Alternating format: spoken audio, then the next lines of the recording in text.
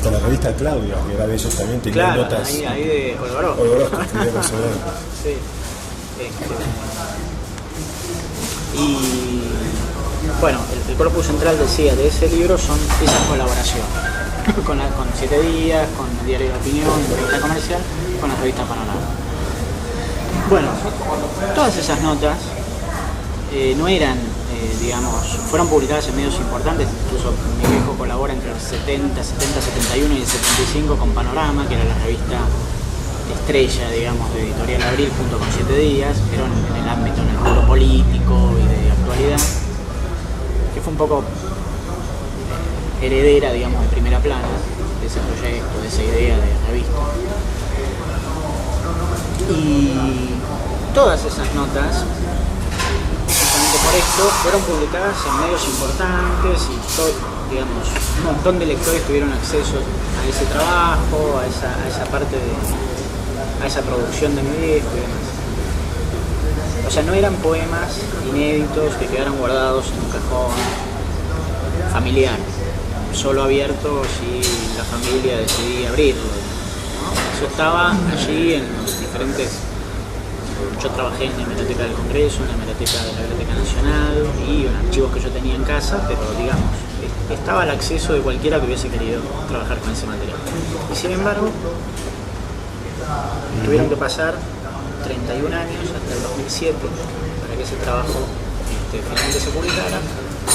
Lo hice yo, podría haberlo hecho otra persona, pero eso habla de, más allá de pensar en circular, no, habla de una cuestión social en cuanto a esto que vos decías del borramiento y lo que yo decía de la dictadura, en el sentido de ahí hubo algo que no funcionó. En cuanto a decir, bueno, tal vez no tenía que ser alguien que pensara en hacer un libro, pero tal vez una monografía, un ensayo, decir, un tipo como Busto hizo bibliográfica. ¿Y qué textos? Claro, cosas increíbles. Escribió sobre, qué sé yo, Deleuze, sobre Bachelard, de Nerval, sobre tradiciones orientales. Sí. Literatura china antigua, así. Y todo eso además circulaba, se publicaba y circulaba. Claro, una revista de difusión masiva, una gran editorial. O sea, digamos, ahí me parece que hay una reflexión social de la sociedad argentina sobre, y de la sociedad, si querés, más hacia la literatura y hacia la poesía, del medio, sobre el olvido, sobre la circulación, sobre qué pasó con la dictadura. Porque la dictadura se termina en el 83, pero continúa evidentemente en cuanto a una forma de entender lo que venía antes, la tradición, y de continuar ese corte que genera la dictadura. Porque la dictadura genera un corte, pero una vez que se termina, ¿qué pasa? Eso en cuanto al borramiento, ¿no? Digo, en otros casos menos trágicos, si querés, porque no implicó la vida de gente, como en el caso de Tu Unión, de pronto la circulación de otras obras, que de pronto dejan de circular, pero programáticamente. Entonces las cosas salen de un programa, de una idea, de un consenso. Como en el caso de tu hijo, que sabes que traté de decir en ese textito que hice, yo lo veo como una represalia, en el sentido de no voluntaria, no intencional, pero sí algo que se relaciona con el miedo a esa intensidad y a esa nueva versión, esa subversión, en realidad, que plantea en el lenguaje, ¿no? Y que tiene que ver con la historia de América, como se ve también en el Himalaya, etcétera, ¿no? Que no creo que sea algo absolutamente consciente, pero que me parece que es un autor que, por ejemplo, Miguel Ángel, que toca un borde, es decir, va más allá del borde. Sumado eso a la tragedia personal, digamos, a la tragedia histórica, yo creo que genera un temor muy grande, que hay una cortina ahí, como que parte del embrutecimiento y de la falta de percepción también están implementados a partir del temor a lo desconocido, que sería el cambio también, ¿no? No sé qué pienso. Sí, o sea, no, coincido con muchas de las cosas que decís. Y se produce esa paradoja también en su obra de cosas digamos, en cuanto al legado,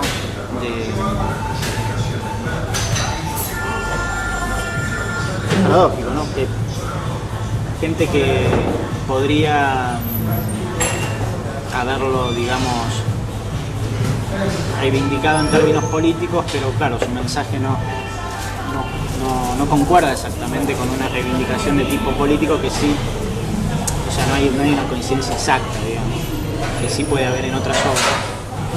En el caso, si querés, de poetas como Santoro, claro, o en el caso del mismo Burón, ¿no? Podría haber una coincidencia más clara o más visible. Y al mismo tiempo hay poetas o hay gente críticos que han apreciado su obra, pero que ideológicamente no entienden, digamos, como Herrera, por ejemplo. Un muchacho conservador como Herrera, sí, que sin embargo, en cierto modo, respetuoso, sí, de algunas cosas, no entendía, digamos, de qué manera un poeta que escribía así, digamos, hubiese... Sí, no, quería aplicarle una coherencia, claro, a una poética es algo... No. Yo lo que trato de... Para mí el arte y la poesía son necesariamente manifestaciones contaminadas. No lo entiendo, yo por lo menos para mi propia producción, como no lo entendería desde un lugar puro. Un purismo de construir determinada búsqueda que no se contamine con otras búsquedas. O sea, por ejemplo, bueno, el tema del objetivismo, ¿no? Que para mí es una suerte de purismo. Cosa ortodoxa, monacal, si se quiere, en el sentido de construir la realidad. ¿Qué es la realidad? Bueno, podríamos... ¿Qué es la realidad? Pero, sin embargo, los subjetivistas entendieron que había algo que ellos podían, digamos, encerrar entre cuatro paredes, que era algo así como la realidad, ¿no? Como una línea de flotación, la línea cero, y a partir de la cual medir las cosas según están abajo o arriba, pero ellos son la línea cero de entendimiento de esa cosa objetiva, lineal, monacal. Yo no, por eso es que no... Hay poemas míos que por ahí pueden ser, incluso hasta podrían ser objetivos, en el sentido de remitirme muy específicamente a datos o cuestiones de lo contemporáneo, lo actual, lugares específicos, situaciones, pero siempre hay algo que se me subvierte, ¿no? Sí. que se mueve, que se borra, Hay una incongruencia, siempre hay un punto de incongruencia, un punto que se salta en esa postura. Claro. Es un lenguaje más perturbado.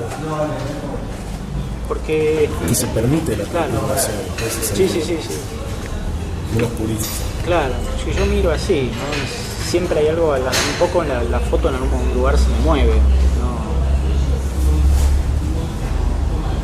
En ese sentido, por eso esto de la contaminación.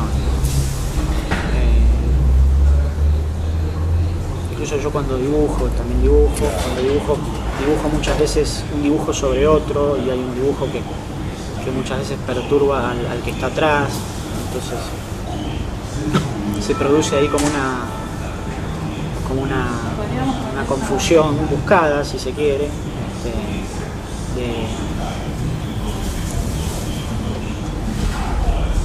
te dejo decir algo interesante, viste, de esto, muy gráfico, ¿no? En el sentido de bueno, están para definir un poco su manera de escribir, ¿no? Están los clásicos, digamos, los clasicistas, o los que menos, que trabajan con un 10% del diccionario. Y están los vanguardistas que trabajan con otro 10% del diccionario, que no es el de los clásicos. Bueno, yo pretendo trabajar con el 100% del diccionario en la medida que sea posible, digamos, pero no ceñirme en todo caso a una zona del diccionario.